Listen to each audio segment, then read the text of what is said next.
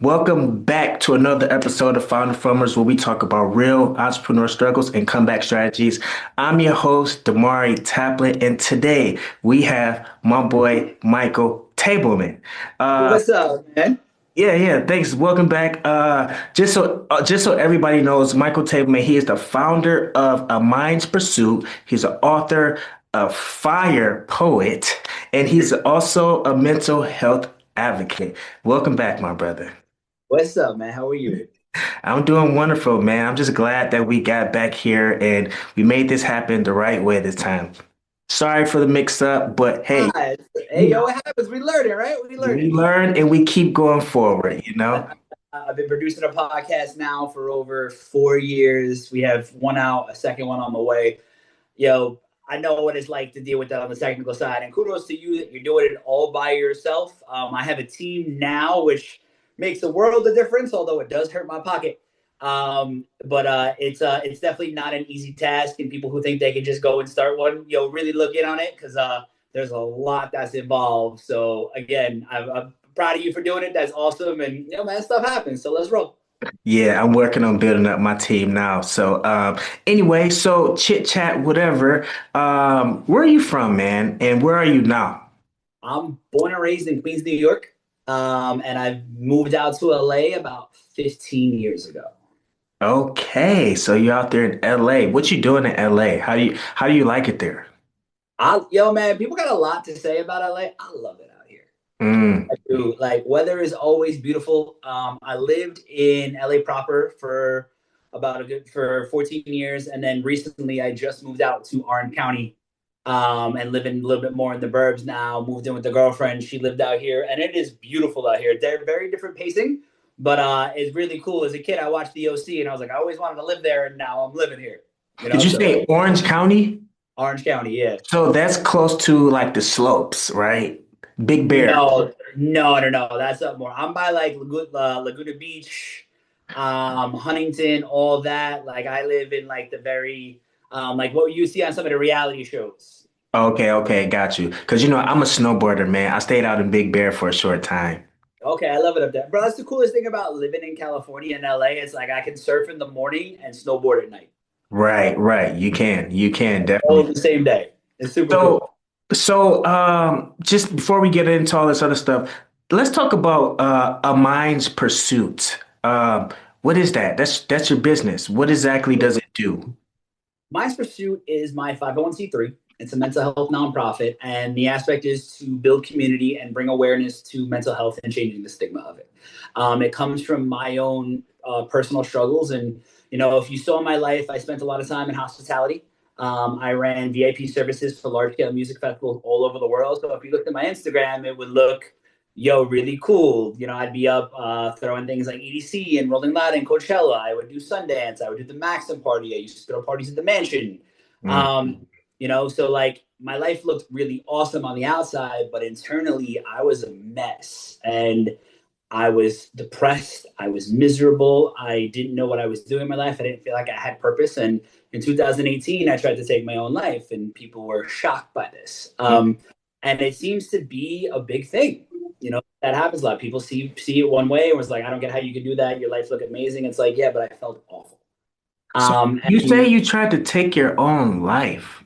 Uh, mhm. what do you mean by that? Like, let's dig deep. Like, what exactly did you do? I swallowed a handful of pills and laid there and waited to drift off and die. Wow. I was very okay with that at that point in my life. I was just so sad and miserable. And here I am living the thing, like everybody thinks living that high life is going to make you happy, right? Being successful, having money, getting to do all these cool things, hanging out with celebrities and being at all these cool parties and getting paid really well to do it and having all this access, by what society standards is, I'm successful. I'm doing well. I should be happy, right? I'm up there with the rich and the famous, and but I'm like, well, if that's what society claims is happiness, and that's what I believe, and I'm here and I hate myself, what's the point? No, that's deep, bro. Like, I'm not even gonna go over my suicidal thoughts that I once had, but I want to know, man, what got you out of that struggle, that mindset of wanting to take your own life? I mean, bro, I'm not out of it. You know what I mean? Like you talk about, the amount of people that actually have suicidal ideations. The number is crazy. It's in the hundreds of thousands. More people, we can't say the word. You can't say the word. You have to say I'm alive in yourself because platforms block it, which is wild to me. And when you have that type of conversation, but that number is there, and these are things I still deal with. I still deal with insane amount of anxiety. I mean, this whole past week, I was in a depression spiral where my girlfriend had to help me pull myself out of it. And there's some days where I'm still not okay, but it's the understanding of like, I have a purpose here. People love me, and I can be better. I've had moments where I feel a lot of joy and happiness. And if I felt, life's a pendulum swing. So if I felt this bad, then I have the ability to feel that good too. No, that's deep, man, because honestly, it's crazy how different this conversation is than our last one. But I feel the same exact way. Sometimes I just feel like life is just so hard. It's like, are we Only made getting to, harder. you say what? It's only getting harder. And no, we're not made for this. We are not made to be intaking everything that we're intaking and having this much access. And we're watching people get shot and killed on social media. Yeah. No, it's crazy, man. And I'll be wrong. I'll be lying if I told you that I never felt like ending it myself. I never made it to the point where I actually tried. But dude, if a dude was to put a gun to my face, I'd be like, just do it, man. Just get it over with. I But think, like, man, like that's a big part of my foundation is like, man, that's actually, that's a feeling you have, right? So that's real. To you, that is very real. That is a real feeling. You're valid in having it. You're having a hard time. So the fact that, we make it that that's a bad thing, man, we're spiritual beings having a human experience. Feeling sad and hurt and demoralized is part of the human experience. So you shouldn't feel bad about that as long as you are having the right outlets, talking to the right people, and understanding that those moments don't define you. and also if you can know how to just learn from it as well. Like it's not it. If you look at it from a different angle, these are obstacles that you need to go through in order to get where you're trying to go. My last interview was by a guy named Van Adams. He has a book that's called "It's Working for It's Working for Your Good." Like Mm-hmm. basically teaching you how to see things from a positive perspective. And I just try to do my best to teach that and preach that these days because it just depends on how you look at things. You can look at it from a negative point of view or from a positive point of view. Like, honestly, if some stages in my life where I felt like I was I felt like something so bad happened to me that, my life was about to be over. However, when that happened, I elevated. And I wouldn't have elevated if those things did not happen. I mean, that's just my point right there. Um, but yeah, so how did you get into this just mental health space? Man, it just kind of happened. I never meant for it. I wanted to be an actor. And then I was doing that for a long time. And then I got really, really good at curating large scale events. So I started getting brought on and paid to do a lot of these bigger events around the world. And it was very lucrative and things like that. But during the pandemic is when it really started, because a lot of people knew I dealt with anxiety and depression. I was very open about it. I tried to take my own life in 2018. I opened up to the people closest to me. I was able to speak more about it. So when 2020 happened and everybody shut down, I ended up like being the person people came to because they were dealing with anxiety and depression for the first time in their lives. So I talked to a lot of friends, and then eventually I had my friends referring me to other people. I ended up kind of like life coaching during the pandemic, and that's how I made money to survive. Wow. Yeah, I was one of those people. I got anxiety and depression for the first time in my whole life. yeah, man. COVID. And I had a lot of people that would like, I'd be like, yeah, man, I talked to a therapist and they didn't help me for the last few weeks. And then a lot of people couldn't find therapists and people didn't know what to do. So like, we referred to it, my friends referred to it as book club. where they would literally, I had an outdoor patio, so people would come and we'd, have our distance, and we'd sit there, and I have all these self-help books that I would read, and I would talk to these people for a while, and then like I'd recommend one of the books that I read that really helped me based on what they were going through, or Right. journaling or things like that. So it became like these little book club sessions. Mm. And that just kind of started it, and that gave me the idea to start the nonprofit. And then I created my podcast, Chaos Controlled. And it was pretty wild because we just started a podcast because we wanted to tell some funny nightlife stories. Because my whole industry, we were the first industry to close down and the last to come back. So we were really going through it. So we wanted to give people something to listen to and laugh. So myself and my co-host, Danny J. Gomez, who's been a good friend of mine, he was actually in a biking accident and is now paralyzed from the waist down.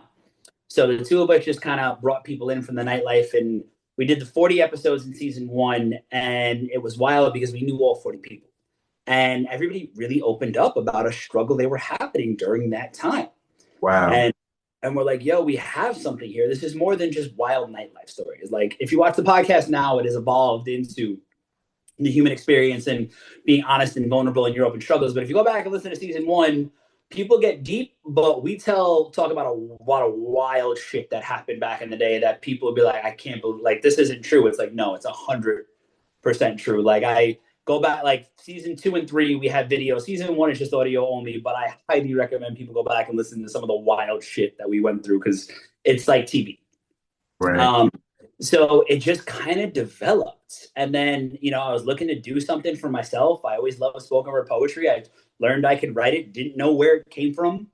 Had a couple of friends like, yo, what the hell? I was like, no idea. It just kind of flew out of me, and it helped me really deal with a lot of my own stuff. Because even though, I tried to take my own life, and then I went to a rehab facility, but then I went back into life. I didn't really have time to really reflect on it all. So there was so much that was sitting inside of me. Right. So it just poured out, and it helped my healing process. And So you touched on 2 points. Number one, you're author. mm-hmm. What about your book? So the book kind of happened accidentally too. After, I would go out and I would perform. There's a lot, especially around LA, there's a lot of open mics and things like that. The Poetry Lounge is an amazing place to go see some incredible artists. So I would, during that time, they would do virtual sessions before I get to go and perform live. So I would just go and share my stuff, and people would reach out like, yo, man, you found the words that I couldn't find, and I relate to this. And I wish I had this by my bedside at night so I can read it when I'm really struggling with my anxiety or my depression or my suicidal ideations. So then that kind of sparked the idea of the book. So the album's called My Manic Maze, which is all about my mental struggles. And, it feels like a maze, running around, hitting different walls, and can't figure out which way to go or what to do. So basically the book is a poetry book mixed in with like a, pseudo memoir where I give you the poem, but then I really get in deep on where that struggle is actually coming from and what the metaphors are actually talking about. And Wait. So your book is mixed with an album? Mhm. Wow. So it's just like the CDs used to be, right? You used to get the CDs and just come with the little book in the front. Kinda, yeah. Okay. No, that's nice. That's nice. So you said it's your author. Wait, Yeah. what's the name of your book one more time? My Manic Maze. My Manic Mates. Okay. Coming Uh, out coming out this year, probably sometime summer. We're working on the album and the book are fully done. We're working on the release. okay. Nice. So it's done. You're just working on the release. Okay, cool. Do you have your the cover page and all that stuff done already? Okay. Sweet. So you also talked about being a poet. Yes. Um, how, first of all, uh, what's your best piece of poetry? You think you can spit a piece? I could definitely spit a piece. I got a Most couple. either your most popular or your favorite. Uh, my most popular is called "I Want to Be," and it's all about the aspect of like your struggle of like I want to do all these great things, but I keep on being held back by this and this and this, and it's a lot of it is tied into kind of like how driven I am, but how much my mental health really stops me from moving forward. Okay, All right. let's hear So, it. so every day, man, I try my best to be great. I try to wake up excited. I want the birds to sing as I walk down the street.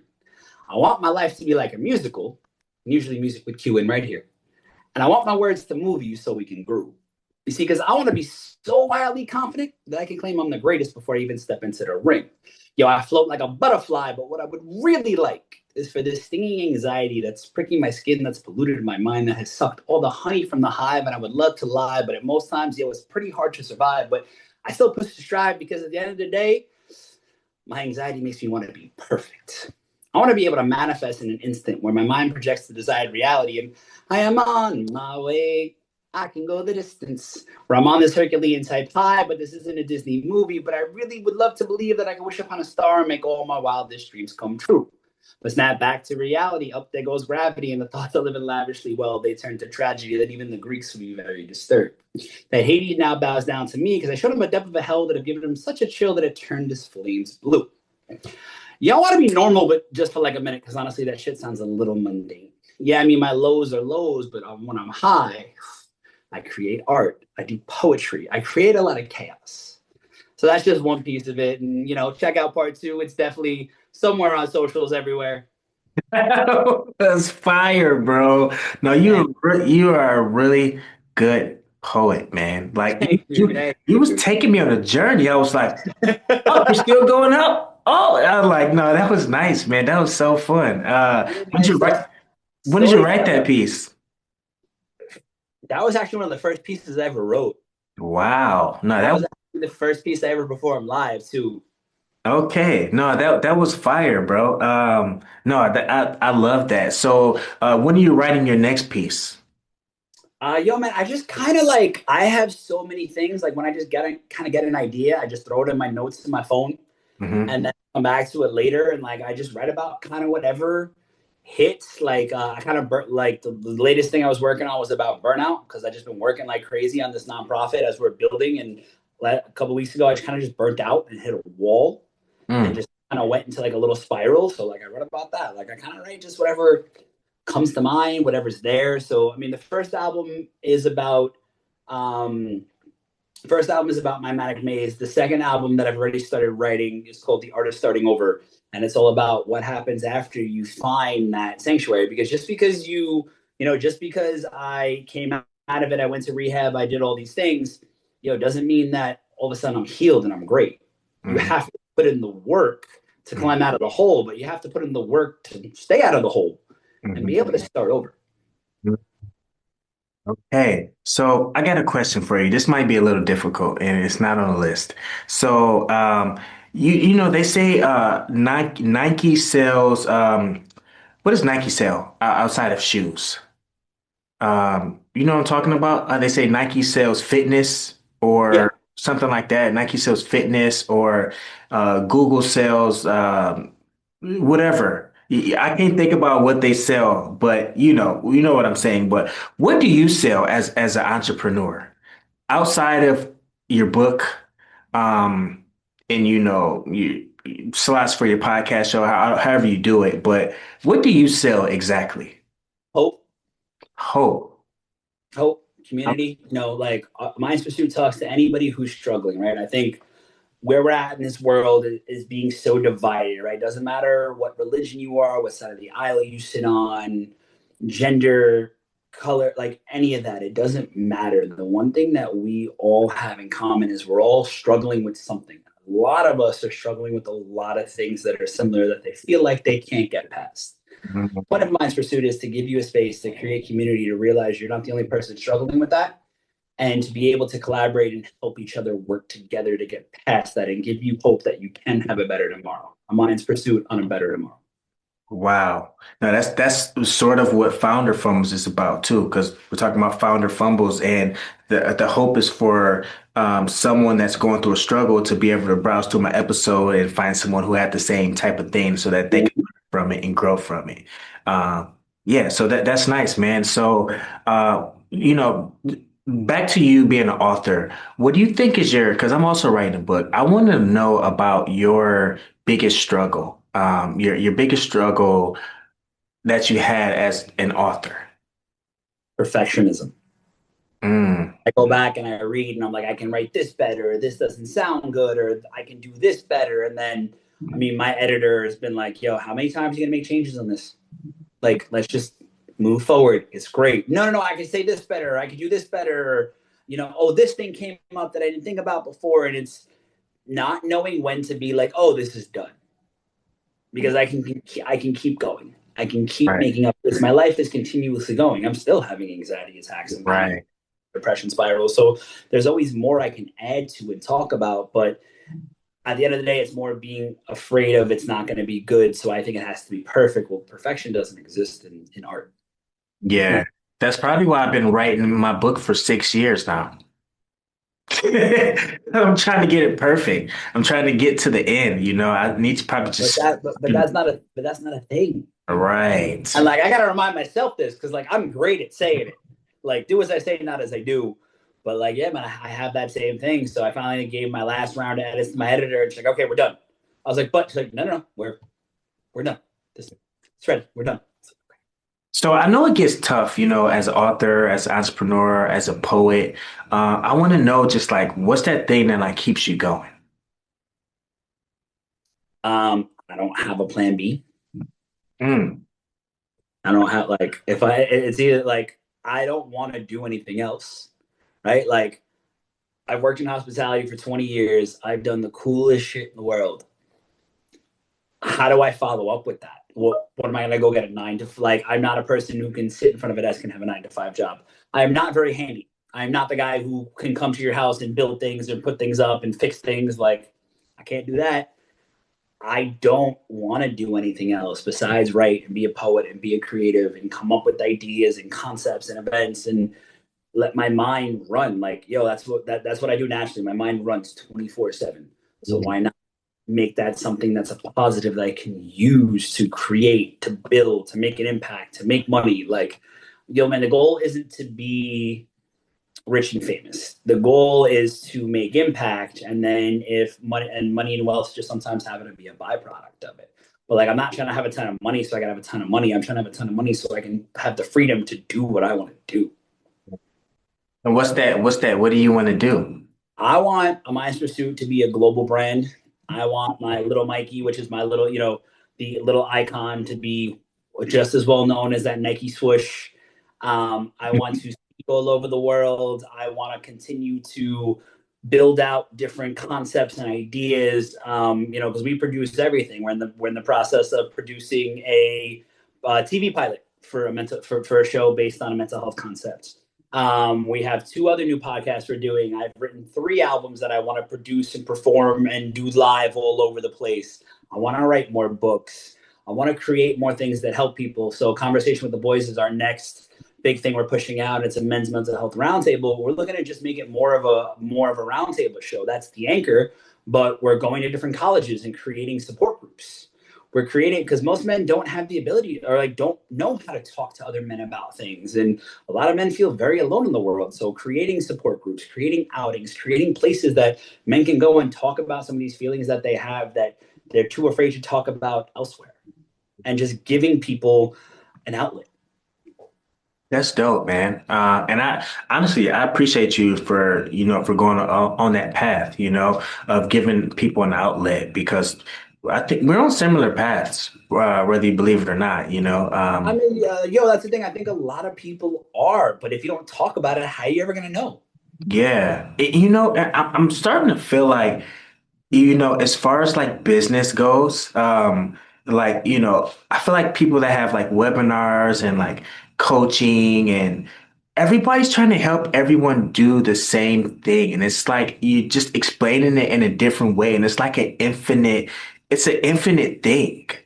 You're just helping other people grow, get to the stage that you are. And then as you grow, you help those people get there. And I just feel like it's just kind of, and then once they get here, now they have their own webinar and they're helping people that follow them move up. And it's infinite, you It's know? it's the positive collective because right now we have such a shitty world that we're living in. We need these positive things to become more mainstream and in the light. But like there's a lot of people who have that, but there are a lot of people that a lot of these gurus. It's like it's kind of hard to relate to you, or like I've read a whole lot of self-help books. A lot of them are really the same. So I've kind of got to the point where I'm like, yeah. So like now I read more books on like autobiographies and people I find interesting in their stories and their struggles. Like right now I'm reading Kurt Cobain's autobiography because he's somebody who really struggled, incredible artist, but struggled with addiction. I went to rehab for my addictions in 2023, and I've been sober now almost 3 years, but I see a lot of the similar struggles in that capacity. And I just read Kid Cudi's book that talked a lot about his addictions and his struggles. And, that's a book I highly recommend. It's interesting. You can tell the guy has a lot of ADHD the way he writes because he jumps all over the place. But I thought it was really cool that like he Mhm. let the way he speaks just come out and talks Yeah, about yeah, his hard times and his struggles and like, man, being an artist, I want to see how I can relate to other artists more so now than reading all these self-help books. Because, like, I read the Mel Robbins Let Them Theory. I thought it was great. Big fan of Mel Robbins. But I was like, this is like regular, like this is something that most people kind of understand. Granted, I'm glad you wrote a book to it and were able to give people way more definition of it. But like, the Let Them Theory, right? If somebody treats you like shit, let them do it. Like right. who like and much easier said than done. And it was awesome how she was able to create a whole book out of it. But like these are things that people already know. And like, everyone's just kind of putting their spin on topics that other people can find to relate to. And that's awesome. But like, I feel like I've done a lot of that. I've spent years in therapy and self-help, and I've read all these books possible from, the angry therapist, the self-help, I'm not giving a fuck. Yeah, I highly recommend all of them. They're all great. But it's just like, what do you connect with? And like, I'm like, all right, I feel like I've learned all these lessons. Now you're all just saying the same thing different ways. And I've already found ways to connect to it. right. So, have you ever thought about, do you have a coach or have you ever thought about getting one or a coach or a mentor or anything like that? I have several mentors. And yeah, I've worked with life coaches. I've worked with manifestation coaches. I've worked with executive coaches. I'm very spiritual. So I even have like my psychic gurus and things like that. And I do a lot of Reiki healing and things like that to clear holistic energy as well as internal. So I believe, alignment, body, mind, spirit. I believe spirit's a big part of entrepreneurship that people don't really take into account. Because you need that spirit. You got to believe that you have to have that delusional belief that you can do and create this thing that nobody else can see but yourself. And a lot of that is based in your spirituality and your ability to ground and your ability to tap into the highest version of yourself. Correct. So yeah,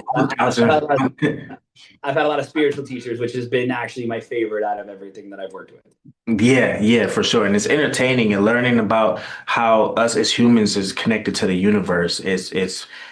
I it's a hobby of mine as well. Yeah. Like just enjoy just learning about it and practicing, you know. I mean, we're all energy, we're all matter, and you attract in other like energies. So it's like, Yep. where are you at? What are you putting out into the universe? That's what you're bringing back. How you affect it, like, so it's a whole, it's a whole collective. Yep, exactly. I got a question. Daily routines. What do you have daily routines that keep you on track? Yeah. But I feel like the regular, answer that everybody gives is like, oh, I journal every day and then meditate every day. And like, I do those things. I don't do them often. I mean, actually, no, that's not true. I do them often, but more like, and I focus more on breath work, but more like when I need it. But like my daily routine every morning is I get up, I walk my dog, I go to a coffee shop, and I just kind of sit there, just enjoy my coffee and take like my first 30 minutes to just kind of relax. I'm there, so, sometimes my girl's with me, which is awesome. And we just have like life conversation or tap in with each other and check up on each other on how we're doing because she's got a busy life too. So that's my daily routine is I get up, like I love my morning coffee, man. If I don't start my day off like that, I get my little 30 minutes because for me, that's what's grounding. Me, my dog, my girl, my coffee, like that's how I like to start my day. Yeah. And I feel like dog people are they're blessed in that way too, because the dog wakes them up and you kind of have to get out, whether you want to or not, because you got Oh man, I dog. definitely know. We have a German Shepherd puppy. We have two dogs, but the German Shepherd puppy's only going to be two. So he's got like this alarm clock at 7 a.m. He's up, and I'm just like, can you just lay back down for another 10 minutes? Sometimes he does, most times he doesn't. But like, yo, he's a puppy, man. I can't get mad at him. Right, right. No, you can't get mad at the puppies. If they gotta go, then they gotta go, you know? So what advice would you give to new entrepreneurs and new authors? Buckle up, man. Buckle up. Like, Oh, this is not an easy journey, man. it's a bumpy ride. You know what I mean? And like, look, I encourage everybody to follow their dreams as long as you're willing to do the work for it and realize, like, when they say it takes 10 years to become an overnight celebrity, like, oh, it's gonna be a journey, but embrace the failure. McConaughey just said this on Jay Shetty's podcast, which is, I love Jay Shetty. He's my favorite podcast to listen to. But failure is not the opposite of success. Failure is what you need to make success happen. Yep. And that's how you learn, man. Yeah.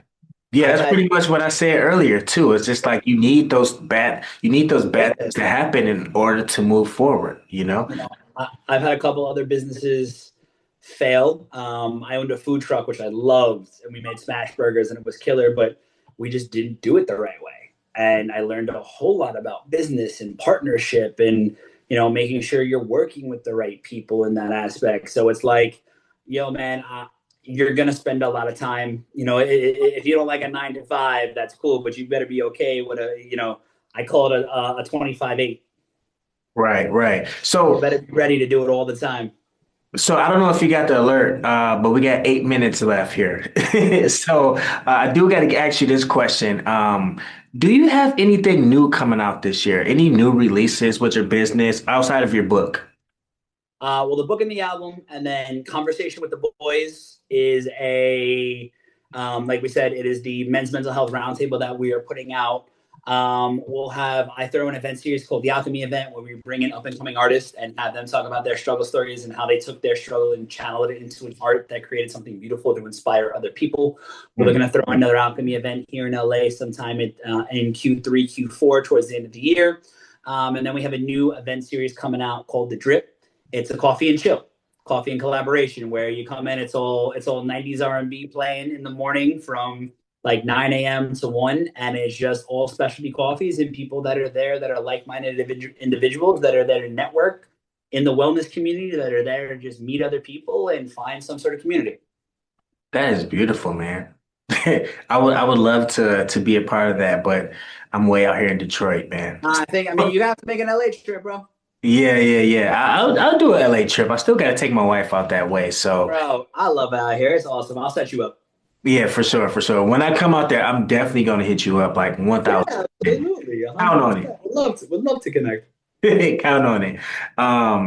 But yeah, so other than that, man, do you think we can find you on the Ziga app, man? That's what I want to know. Can we find you on there? Like for people that's looking for you, like, do they have to go to Instagram or you think can you potentially download the app just in case, some people Sure. on the Ziga app? Absolutely. Yeah, yeah, that'd be great, man. We would love to see you there and just have some support. You know what I mean? Sounds good to me, bro. So outside of the Ziga app, what's the best place for everybody to find you? It's Mikey Tableman on all platforms, Instagram, TikTok, Facebook, all that type of stuff, Substack. And then the podcast, my podcast is out right now, Chaos Controlled, streaming on Apple, Spotify, full video up on YouTube. There's a lot of great stories, great things on there. We have some amazing guests. A good friend of mine. It was awesome to have on one of my buddies, James Lafferty, who was the main character in One Tree Hill for 10 seasons, came on this season and, gave us all the insight on the show. And it was really cool to hear his perspective on it, because that was one of my favorite shows growing up. And then I get to become friends with the main character. It's a pretty cool concept. That's dope, man. So yeah, man. I think that's all I got for you, bro. Thank you so much for going through this with me again. Thanks for being Yeah, a part of the Founder Fumbles community, and a part of the Founder Fumbles podcast, and just supporting the show and doing everything that you're doing for mental health. I appreciate you, man. Like everything you're doing, man. I just want to say thanks. Oh, thank you, man. I appreciate that too. Yeah, for sure. But anyway, everybody, that's a wrap for today's episode. If Mikey Tableman inspired you in any way, shape, or form, I'm going to put all of his details in the description and reach out. Please do. And please, please, please do not forget to like, subscribe, comment, share this episode to anybody you think it'll benefit. Um, but that's all we got. Until next time, y'all. Peace.